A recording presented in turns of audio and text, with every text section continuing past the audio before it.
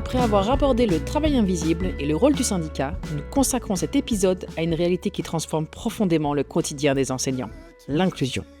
Comment se vit-elle concrètement en classe ? Qu'est-ce qu'elle change dans le travail quotidien ? Pour en parler, j'accueille Stéphanie Maldera, enseignante dans le premier degré. Stéphanie, bonjour. Bonjour. Quand on parle d'inclusion, à quoi cela correspond concrètement dans ta classe ? Dans nos classes, ça correspond à une grande hétérogénéité, pour commencer. L'inclusion, c'est accepter et prendre en compte chaque enfant dans sa classe, lui donner qu'il trouve sa place, lui permettre d'avoir sa place. C'est aussi plein de profils différents. On peut parler de besoins particuliers en termes de dys, tous les enfants porteurs de dyslexie, mais il y a aussi tous les enfants qui ont des soucis émotionnels, qui sont de plus en plus nombreux dans nos classes. L'inclusion, c'est tout ça.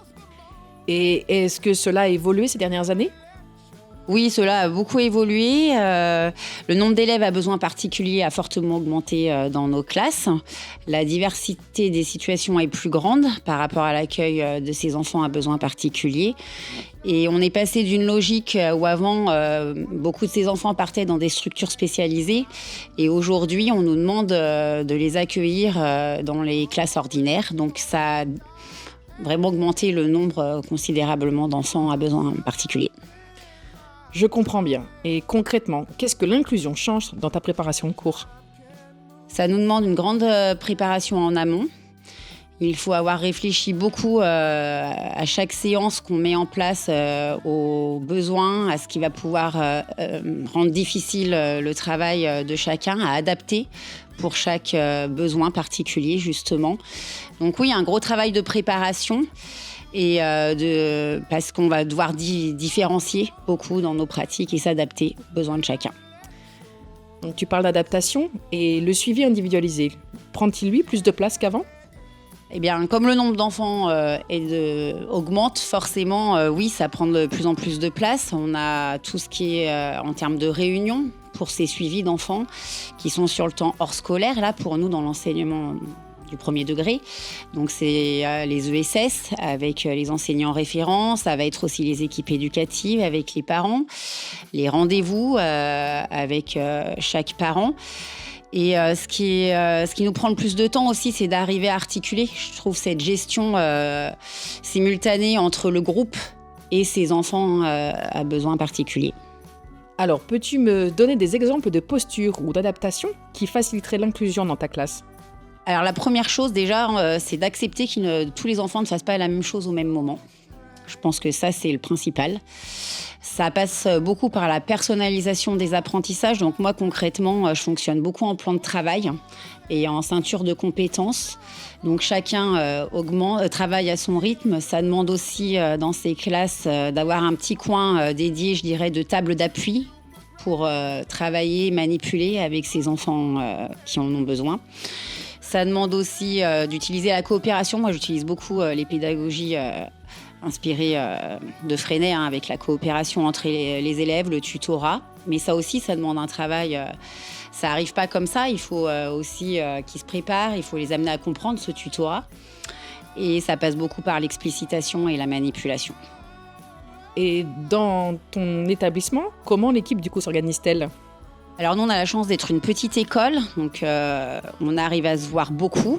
On échange beaucoup entre collègues. On a la chance d'avoir une enseignante spécialisée qui a une place centrale dans cet accueil et cette adaptation aux besoins particuliers des enfants.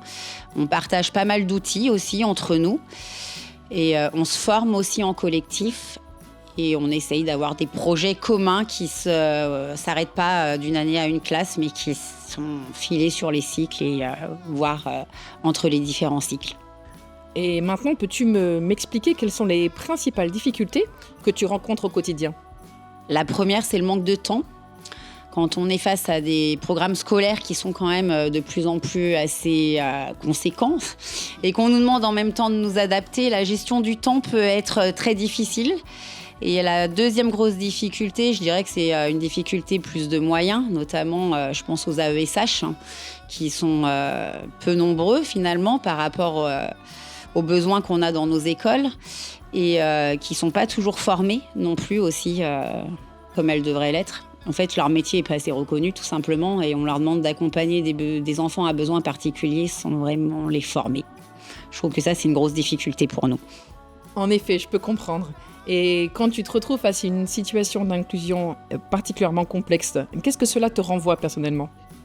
Des fois, on a un peu un sentiment d'impuissance, de ne pas être à la hauteur. Je pense que si on choisit tous ce métier, c'est parce qu'on a envie que chacun réussisse. Des fois, face à des trop grosses difficultés, on a l'impression qu'on n'y arrive pas. Mais heureusement, des fois, on a à l'inverse des beaux moments de bonheur avec ces enfants qu'on voit progresser et réussir. Chacun trouve sa place. Ça peut être aussi très beau, mais la grande limite, oui, c'est des fois le sentiment d'impuissance. Peut-être parce qu'aussi on n'est pas assez formés nous-mêmes. Peut-être parce qu'on a des effectifs aussi qui peuvent être nombreux et que c'est pas toujours évident de gérer tout l'ensemble de la classe et s'arrêter sur des besoins particuliers. Alors pour conclure, selon toi, qu'est-ce que les personnes extérieures au métier comprennent mal sur l'inclusion ? Que l'inclusion ne se décrète pas. C'est un processus qu'il faut du temps. Il faut du temps à installer. Il faut prendre le temps d'identifier les besoins, prendre le temps d'identifier les moyens qu'on peut avoir aussi. Il y en a beaucoup qui pensent que l'inclusion, aujourd'hui, c'est juste mettre un élève en classe ordinaire. Sauf qu'en fait, derrière, il y a tout un travail d'adaptation qui est permanent à avoir. Et je pense que ça, c'est pas toujours compris. Parce que oui, ça demande aussi du temps, de la formation et des moyens humains. L'inclusion, l'intention, elle est généreuse, mais dans les faits, des fois, il nous manque un peu quand même des moyens et je pense que ça, c'est pas vraiment toujours compris. Et peux-tu me résumer en une phrase l'impact de l'inclusion sur ton métier ? L'inclusion a rendu mon métier plus riche, plus humain, mais plus complexe et plus exigeant. Et en tout cas, un grand merci à toi, Stéphanie, pour cet échange.